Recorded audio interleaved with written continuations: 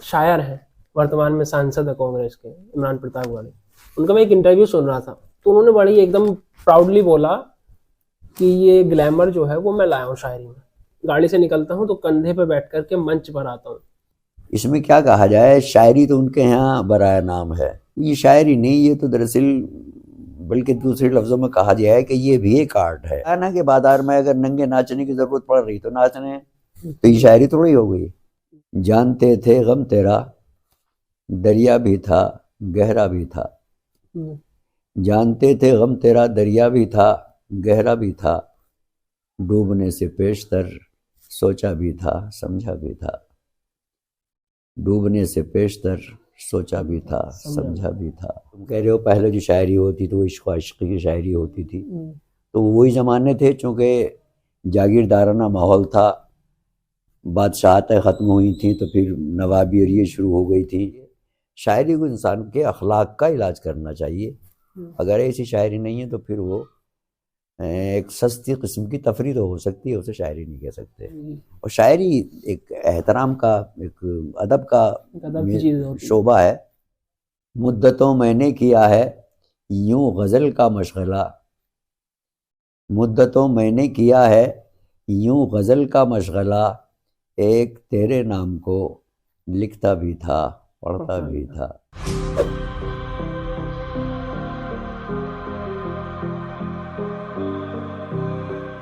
आदाब, नमस्कार, मेरा नाम है नावेद माजिद और आप देख रहे हैं राष्ट्रीय वॉइस। गुफ्तगू विद नावेद के सीजन 2 में आपका स्वागत है। हमने ये सीजन शुरू किया तो हमने सोचा क्यों ना ये जो सीजन है वो एक अदब के साथ शुरू करें। मैं इस वक्त जनपद मेरठ के कस्बा कठौर में मौजूद हूँ, तो मैंने सोचा कि अदब के साथ शुरू करते हैं। कठौर में अगर अदब की बात आती है तो अशरार साहब का नाम सबसे पहले आता है।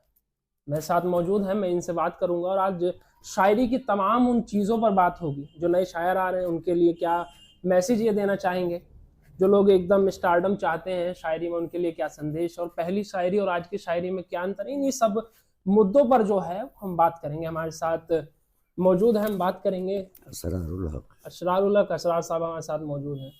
क्या कहेंगे आप इसको लेकर के, शायरी जैसा फील्ड उस समय में आप आए, कैसे शुरू हुआ, क्या रही ये पूरी यात्रा वहां से लेकर के यहाँ तक? दरअसल शायरी जो है, बल्कि शायरी क्या दुनिया का हर अदब बल्कि हर फन खुदादाद होता है। और बिलखुसूस शायरी तो विरासत में मिलती है, वो ददियाल से हो या ननिहाल से हो, वालिदैन से के जो मतलब रिलेशंस हैं वहीं से होती है। और फिर जिस तरह ज़िंदगी परवरिश पाती है, जिस्म परवरिश पाता है, इसी तरह से ये फ़न भी परवरिश पाता है रफ्ता रफ्ता। तो गालिबन ये शायरी मुझे ननिहाल से मिली। मेरे मामू बहुत अच्छे शायर थे, बड़े पुख्ता शायर थे। वैट मेरी ननिहाल है और वहीं से शायद मेरे अंदर थी। मेरे जो ददियाल थी यहाँ तो ये आलम था कि शायरी को भी इस तरह कहा जाता था जैसे मुर्गबाजी, पतंगबाजी, इसी तरह शेरबाजी कहा जाता था। यानी इसे बहुत घटिया नज़रों से, बल्कि ख़राब नज़रों से देखा जाता था। लेकिन वो ये है कि अंदर जो शायर था वो रफ्ता रफ्ता बाहर आया। बचपन ही में हमारा किठौर में बहुत अच्छा अदबी माहौल था। बड़े अच्छे उस्ताद किस्म के शायर, बड़े अच्छे ज़बाना इल्मी लोग यहाँ शायरी करते थे। 15 रोज़ा नशिस्तें होती थी, तो हम घर की चोरी से, घर वालों की चोरी से उन नशिस्तों में चुपचाप जाके बैठ जाया करते थे और अपना शेर व शायरी उनकी सुनते थे। जाहिर उस वक्त शेर तो क्या समझ में आता होगा, लेकिन जिसकी आवाज़ ज़रा तरन्नुम अच्छा होता था उसके शेर हम भी गुनगुनाते फिरा करते थे। इसी तरह से अपना ये आगे चलता रहा, वक्त बढ़ता रहा, स्कूल चले गए। इब्तदाई तालीम शुरुआत हमारी वैट से हुई, चूँकि वालिदा का इंतकाल वैट में हुआ था, तो इब्तदाई परवरिश भी वहीं हुई। उसी मदरसे में अपना तालीम हासिल शुरू कर दी थी, इब्तिदा हो गई थी तालीम की। फिर किठौर आ गए, यहाँ के अपना हम 10वीं तीसरी क्लास में दाखिल हो गए थे। उन नशिस्तों में जाया करते थे। मैंने बताया कि घर वालों की चोरी से। जी, लेकिन जैसा आपने बताया कि ये जो शायरी थी उस टाइम बड़ा वैसी मानी जाती थी कि एक पतंगबाजी टाइप, घटिया टाइप। जब आपने फील्ड चुना तो उस टाइम परिवार का क्या रिएक्शन था? मतलब जब आपने शुरू किया होगा तो परिवार का क्या एकदम रिएक्शन क्या था परिवार का? परिवार का कोई रिएक्शन था नहीं था, उनको मालूम ही नहीं था अच्छा। कि हम क्या कर रहे हैं। जी। बस वो तो हम अपना बतौर खेल, जैसे बच्चे खेलने खालने चले जाते हैं ऐसे ही वहाँ जाके बैठ जाते थे। अच्छा, तो ऐसे ही लेकिन थोड़ा खेल खेल में शुरू कर बस दिया। खेल खेल में ही अपना शुरू हो गया। फिर जब हम 8th क्लास तक पहुँचे, 7वीं 8वीं क्लास में जब पहुँचे, तब हमारे यहाँ एक नाई थे जी। और वो उस्ताद बशीर के नाम से मशहूर थे। अच्छा, यानी उस्ताद तो वो बैठ में कि किठो? किठौर में, अच्छा। उस्ताद तो वो कहलाते थे अपने, जो उनका कारोबार था यानी वही बाल बाल तराश, जी। नाई का काम, उसके उस्ताद कहलाते थे। लेकिन शायर भी बहुत अच्छे थे, वो शेर बहुत अच्छा कहते थे। अच्छा। तो मैं एक दफ़ा उनके यहाँ उस वक्त तो बाल ही कटते थे, बाल कटाने के लिए, हजामत बनवाने के लिए गया था। मैंने कहा उस्ताद रात को आपकी गज़ल बहुत अच्छी थी। अच्छा। कहने लगे सर आदमी तुम शेर कहा करो, तुम्हारी तबीयत बड़ी मौजूद लगती है जी। मैंने कहा हमसे हो रहे हैं शेर? नहीं नहीं, तुम शेर कहोगे। अच्छा। उन्होंने तरह दे दी हमें जो रखी हुई थी, अच्छा। उसमें हमने 30-35 शेर शाम को कह कर सुबह को, मैं उस्ताद तुम एक गज़ल के लिए 15-15 रोज़ लेते हो, मैं इतने शेर एक ही वक्त में हो गए। अच्छा।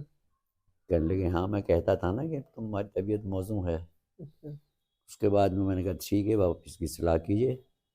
उन्होंने इस्लाह ऐसी की कि हमारा उसमें कुछ भी बाकी नहीं रहा, सब कुछ उन्हीं का था। अच्छा। उन्हीं का अपना मुशायरे में पढ़ा। अच्छा। फिर 2-3-4 मुशायरे इसी तरह उनके उसमें पढ़े। उसके बाद वो नशिस्तें ख़त्म हो गई और हम भी कुछ हालात घरेलू इस तरह के थे कि घर छोड़ के बाहर निकल गए।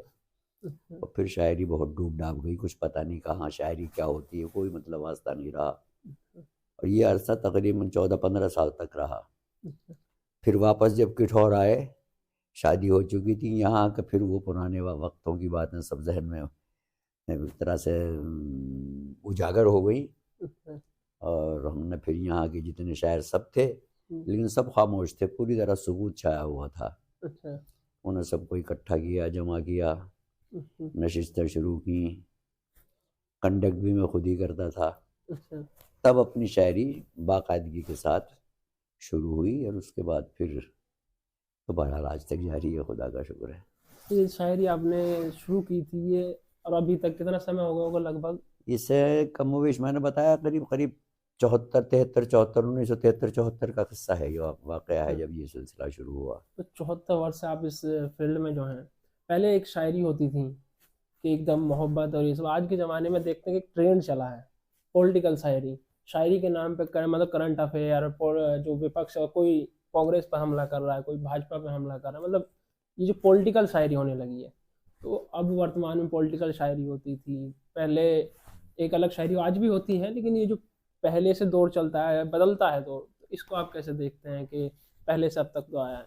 दरअसल शायरी, कोई भी शायरी माहौल से, वक्त से हट के तो शायरी हो ही नहीं सकती। जो हालात हमारे गिरदो पेश में होते हैं, जो वाक़यात गुज़रते हैं, जो हम पर गुज़रती है, वही शेर का जामा पहन के बाहर आ जाते हैं।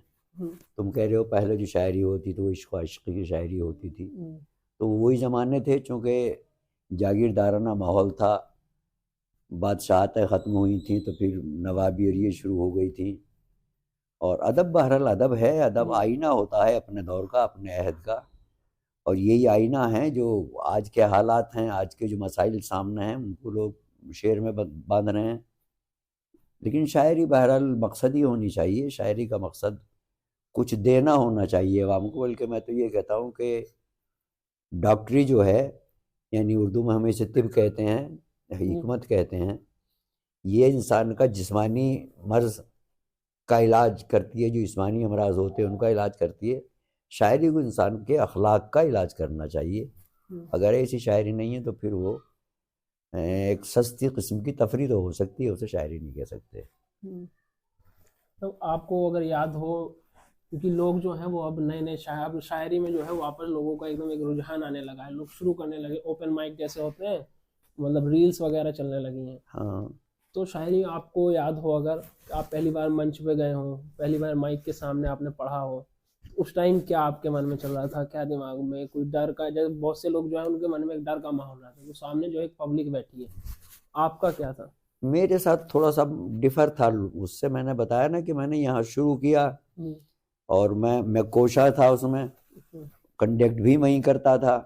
तो आवाम में पब्लिक के सामने बोलने में जो झिझक होती है, जो नयापन होता है, वो उसमें उससे तो मैं शुरू ही से महरूम था। शुरू ही से मैं ठीक ठाक मतलब बोलने लगा था, बल्कि अच्छा खासा नाजिम था मैं किठौर में। न सिर्फ मुशायरों का बल्कि जो सियासी जलसे वगैरह हुआ करते थे मंजूर साहब के खास तौर से, उन्हें मैं ही कंडक्ट करता था, मैं ही उनकी निजामत किया करता था। तो मुझे ये मसला मतलब झिझक का या परेशानी का आवाम के सामने मेरे सामने कभी नहीं आया। अच्छा, ये सब नहीं आया? ये मेरे सामने कभी नहीं आया। अच्छा साहब, आपने बड़े बड़े मंच शेयर किए हैं, मुनव्वर राना साहब होते थे, राहत साहब होते थे, वसीम साहब होते थे, और भी बहुत सारे शायर हैं, एक लंबी लिस्ट है, लेकिन उन सब के साथ आपने मंच शेयर किया। सबके साथ अपनी अपनी कहानियां होती हैं। अगर आपको कोई ऐसा किस्सा याद हो कि कुछ ऐसा कुछ हुआ हो, या फिर हंसी मजाक कोई ऐसा किस्सा जो आप हमारे दर्शकों को बताना चाहते हो, मुनव्वर साहब का, राहत साहब का, या ऐसा कुछ? इन लोगों से ताल्लुकात सिर्फ हमारे स्टेज तक रहे, और ये सब बातें जो महफिलें होती हैं आमतौर पर उनमें आती हैं। वसीम साहब से बहुत अच्छे ताल्लुकात आज भी हैं, फ़ोन वगैरह पे बातचीत होती रहती है। मनोहर साहब से भी थे, उनकी बेटी की शादी थी लखनऊ में, मैं उसमें भी शरीक हुआ था। लेकिन इस तरह की बातें कभी नहीं आई। शायर भी बहुत बड़े थे वो, और आदमी भी बहुत बड़े थे। इतने खुददार आदमी, इतने वक़्त रखने वाले आदमी बहुत कम होते हैं। वो 3 साल से साहिब फराश थे, यानी बीमार थे, चरपाई पे थे। और तुम्हें शायद मालूम ना हो, उनकी सर्विस थी फैज़ अहमद कॉलेज में, क्लर्क थे वो। मेरठ में। उससे रिटायर होने के बाद कितनी पेंशन होगी उस वक्त, मुश्किल से 100-200 रुपये होगी। ये उनकी आमदनी थी, और चरपाई पे थे पूरी तरह से। मेरठ वालों ने उनका जश्न मनाया, उसमें 1 लाख रुपया उन्हें मिल गया, वो अच्छा उन्होंने पेश किया। वो भी ख़त्म हो गया होगा जाहिर है। उसी ज़माने में मुलायम सिंह की गवर्नमेंट थी, तो मुलायम सिंह ने 1 लाख रुपया उन्हें बतौर इमदाद भेजा था। अच्छा। और ये इत्तफाक है कि उसी ज़माने में हमारे किठौर का मुशायरा था, याद है इलियास के सिलसिले में जो मुशायरे हम कराया करते थे। कौन से सन की बात है? ये है सन 93-94 की। अच्छा, पहली बार सपा सरकार आई थी। हाँ। तो हुआ ये कि मैं मेरठ में इत्तेफाक से मेरा स्टे था रात को, तो सुबह को मैं किठौर आते वक्त मैंने कहा हाफिज़ साहब से मिलते रहूँ, मिलता चलूँ। 2-4 दिन के बाद ही मुशायरा था। तो मैं वहाँ पहुँचा, चाय वाय पिलवाई, बातचीत होती नहीं। उसके बाद मैं उठने लगा तो कहने लगे सर में बैठे रहो। मैंने खैरियत तो है, क्या बात है? कहने लगे वो डीएम साहब का आदमी आया था कि मैं घर पे ही रहूँ, डीएम साहब आ रहे हैं। तो मैंने कहा फिर ठीक है, अच्छी बात है, आ रहे। कहने लगे नहीं, बैठे रहो बैठे रहो। खैर मैं बैठा रहा। वो इत्तफाक से मेरे सामने आ गए डीएम ने के साहब, ऐसे ऐसे आपको बतौर इमदाद ये भेजा है उन्होंने चेक, मुलायम सिंह प्रेम माननीय क्या कहते हैं उसे, चीफ मिनिस्टर, मुख्यमंत्री। तो हाफिज़ साहब की अजीब ये बात थी कि वो बड़ी बड़ी लंबी गज़लें पढ़ते थे मुशायरों में, लेकिन एक लफ्ज़ भी नसर में नहीं बोलते थे। अच्छा। बिल्कुल नहीं बोलते थे, बोलना ही पता नहीं क्या उन पे ये अजीब था, बिल्कुल कुछ नहीं बोल पाते थे। अच्छा। कहने लगे जीवो जीवो जीवो जीवो। मैंने और मेरी तरफ को देखते रहे और उनसे कहते रहे कि जीवो जीवो। तो मैंने कहा डीएम साहब दरअसल दुश्वारी ये है कि आपके जो ये पेशकश है ये बतौर इमदाद है, और एक गैरतमंद एक गयूर शायर इसे गवारा नहीं करता। अगर ये बतौर एजाजिया होती तो 1 लाख रुपए होती या 1 रुपया होती, इन्हें मंजूर होती, और ये इन्हें कबूल नहीं है। उन्होंने हाफिज़ साहब की तरफ को देखा कि हाँ जी हाँ जी हाँ ठीक कह रहे हैं असरार साहब, ठीक कह रहे हैं। और बहरहाल वो 1 लाख रुपए का चेक उन्होंने लौटा दिया था। अच्छा। और इस सिचुएशन में लौटा दिया था कि वो मैंने बताया ना कि वो 93 में 1 लाख का चेक बहुत बड़े मतलब वो तो है, लेकिन उनकी अपनी हालत कितनी दिगरगू थी। चरपाई पे थे 3-4 साल तक वो चरपाई पे रहे। अच्छा। और ऐसे में इतनी बड़ी रकम को लौटाया जाना बड़े दिल गुर्देगार, बड़े ज़र्फ का मामला है। तो मैं तो हर शायर से यही चाहता हूँ कि यही हर शायर को कम से कम अपना मेयार, अपना किरदार इसी तरह बनाए रखना चाहिए। और बहुत सारे बताने क्या क्या वाक़या है। मेरी तालीम का सिलसिला ही दरअसल असलियत में तो शायरी से शुरू हुआ। अच्छा। घर के कमज़ोर हालात की बदौलत जी। 8वीं क्लास से आगे मैं नहीं पढ़ सका। अच्छा 10वीं तक मैं पढ़ा तो था, लेकिन इम्तहान नहीं दे सका मैं हाई स्कूल का। अच्छा और फिर अपना ज़माना गर्दी में गायब हो गया था। लेकिन जब शायरी शुरू की तो लोगों उसमें उठ बैठ हुई, तो वहाँ कहीं कहीं ये सवाल भी आ जाता था कि आपकी एजुकेशन क्या है। तो अब 8वीं बताते हो तो बड़ी शर्म आती थी। लेकिन उर्दू अच्छी थी, ज़बान शुरू से अच्छी थी, क्योंकि उर्दू का शौक़ था। उर्दू का शौक़ मुझे पैदाइशी हो गया था उस ज़माने में। हमारे माहौल में, माशरे में अच्छा किताबें पढ़ी जाती थी रातों को शामों को बहुत ज़्यादा। अच्छा तो उसमें तारीख़ी किताबें भी होती थी, समाजी भी होती थी, सब तरह की होती थी। मैं उन्हें सुनता भी था और पढ़ता भी था। अच्छा पब्लिक में ही पढ़ता था, मुझसे पढ़वाते थे। आवाज़ अच्छी थी, क्योंकि उसमें थोड़ी नज़में भी होती हैं ना उन किताबों में। अच्छा तो आवाज़ अच्छी थी तो लोग, तो पढ़ने का शौक़ हो गया था। तो उर्दू बेहतर हो गई थी इन सब बातों से। तो फिर मैंने जामिया उर्दू अलीगढ़ के ज़रिए अच्छा अदीब किया, माहिर किया, अदीब कामिल किया। लेकिन इस तबीयत के साथ कि सबको पढ़ के किया, नकल का एक लफ्ज़ मैंने कभी नहीं लिखा। अच्छा हालांकि वो इम्तिहान इसीलिए दिए जाते हैं कि नकल से हो जाते हैं, लेकिन मैंने नकल का एक लफ्ज़ भी मेरी मतलब उसमें तहरीरों में नहीं आता था। अच्छा और उसके बाद फिर आगरे से एमए कर लिया। अच्छा हालांकि इसलिए किया था कि नाम के साथ एमए लगाया करेंगे, उस ज़माने में ये शौक़ था। अच्छा जो बीए होता था वो नाम के साथ बीए लगाता था, एमए होता था तो एमए लगाता था।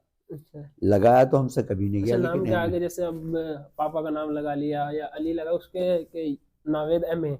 एमए बीए ये ज़रूर लगाया लगाया जाता था। अच्छा हत्ता ये कि बहुत बड़े नावल निगार हैं इब्न सफ़ी, जी वो हमेशा इब्न सफ़ी बीए, इब्न सफ़ी बीए अच्छा बी ए। लगाते रहे।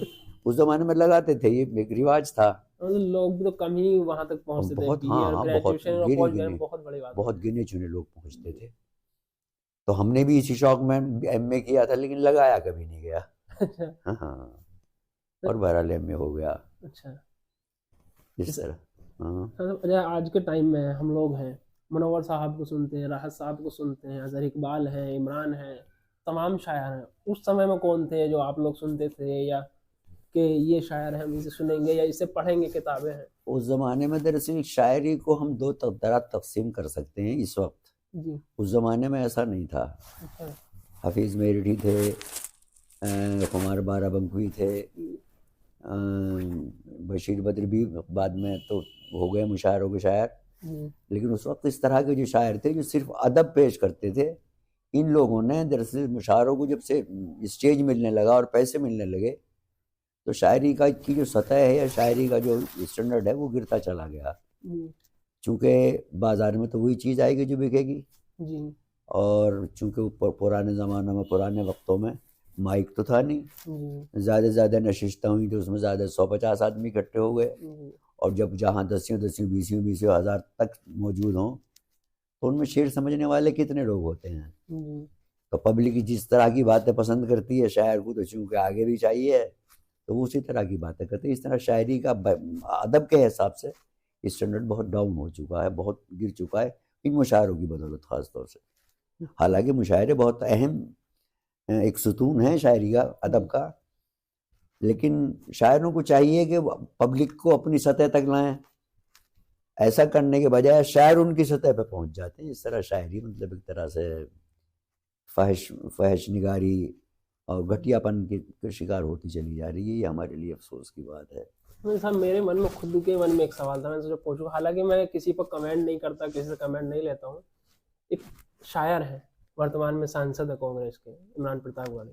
उनका मैं एक इंटरव्यू सुन रहा था, तो उन्होंने बड़ी एकदम प्राउडली बोला कि ये ग्लैमर जो है वो मैं लाया हूँ शायरी में। मेरे आने पर ही फीस भी शायरों की बढ़ी है, और ये ग्लैमर है। मैं पहला ऐसा शायर हूँ जो गाड़ी से निकलता हूँ तो कंधे पे बैठ करके मंच पर आता हूँ, वरना पहले शायर आते थे, पढ़ करके चले जाते थे। तो इस प्रकार की चीज़ें, जिस प्रकार वो दावा कर रहे हैं कि ये ग्लैमर जो है वो मैं लाया हूँ, इस पर आप क्या कहेंगे? इसमें तो किसी हद तक ठीक कह रहे हैं, इसमें कोई शक नहीं कि शायरों की जो फीस है वो इनके बाद ज़्यादा बढ़ी है। अच्छा लेकिन इसमें क्या कहा जाए, शायरी तो उनके यहाँ बराया नाम है।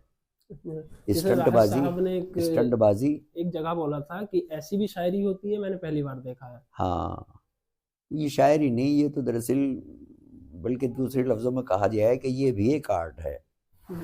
अदीब होना, शायर होना, आर्टिस्ट होना एक अलग बात है, और अपने आप को निकाल के ले जाना, किसी भी तरकीब से कुछ भी करना पड़े, तो उन्हें शायरों को भी दो हिस्सों में तकसीम करना पड़ेगा। एक शायर वो है जो मुशायरों के हैं, और एक वो शायर हैं जो छपते छपाते हैं, जो रसाइल के शायर हैं, किताबों के शायर हैं। तो किताबों के रसाइल वगैरह के जो शायर हैं वो इन्हें शायर मानते ही नहीं, बल्कि इन्हें मुशायर मानते हैं। मुशायर अलग इन्हें होता मुशायर मानते हैं। अच्छा। अलग तो नहीं होते, लेकिन हो चुके हैं। मतलब इनकी अदब में वो अहमियत नहीं है। वो जी, स्टारडम एकदम वो वाले वो लोग हैं, स्टारडम के लिए ये अपना पब्लिक में वही मैंने बताया ना कि बाजार में अगर नंगे नाचने की जरूरत पड़ रही तो नाचने, तो ये शायरी थोड़ी हो गई। पब्लिक अगर उसे पसंद कर रही है, पब्लिक तो हमेशा से नौटंकीबाजी को पसंद करती है, और शायरी एक एहतराम का, एक अदब का शोबा है। अदब से बाहर में नहीं जाना चाहिए।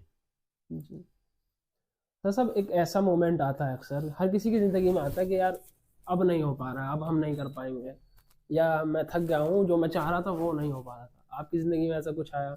इस वक्त है ऐसा ही। अच्छा। मैं अच्छी खासी नस्र लिख लिया करता था, किताबें भी मैंने लिखी है, मज़ामीन भी लिखे हैं, लेकिन अब मैं शायरी तो कर लेता हूँ जैसे तैसे करके, नस्र नहीं लिखी जाती। अच्छा। ये मैं नस्र में लिखता हूँ, एक जुमला लिखा, दो जुमले लिखे, उन्हें दोबारा गौर किया तो ये तो ठीक नहीं है, उसे रफ कर दिया, फिर उसका फेयर करने के लिए दूसरा लिखा। यानी मैं एक मजमून लिखना चाह रहा हूँ जिसमें कई महीने हो गए, मैं उस मजमून को नहीं लिख पाया। अच्छा। तो ये शायद उम्र के तकाजे हैं, और क्या है। ये अब आकर के हो जाता है उम्र के हिसाब से। होता था, मैं मज़ामीन लिखता था, मैं शाम को बैठा, लिख के रख दिया, सुबह को पढ़ दिया कहीं पढ़ना हुआ तो। लेकिन अब ऐसा नहीं हो पाता।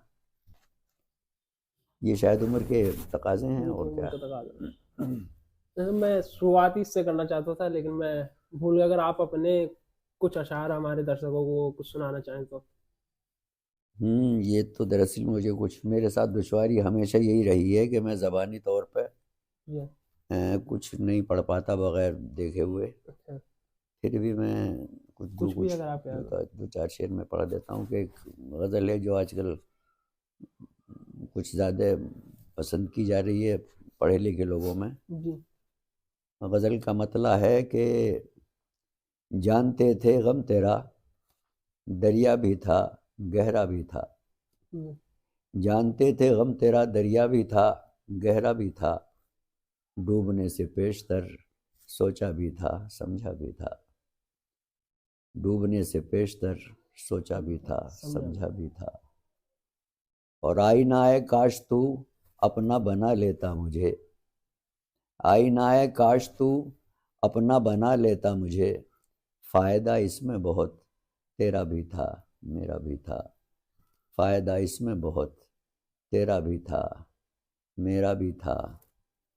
और कैसे पढ़ लेता मैं उस चेहरे से अपना हाल दिल, कैसे पढ़ लेता मैं उस चेहरे से अपना हाल दिल, वो रुखे जुगनू सिफत जलता भी था बुझता भी था, वो रुखे जुगनू सिफत जलता भी था बुझता भी था। और एक शेर भी देखें कि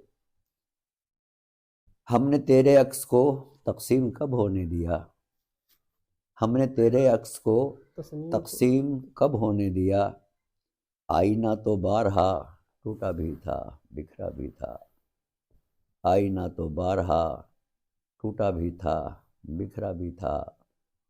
और ये शेर देखे कि जाने जी में आसमां के आज ये क्या आ गई, जाने जी में आसमां के आज ये क्या आ गई, आज तो बादल बहुत गरजा भी था बरसा भी था, आज तो बादल बहुत गरजा भी था बरसा भी था।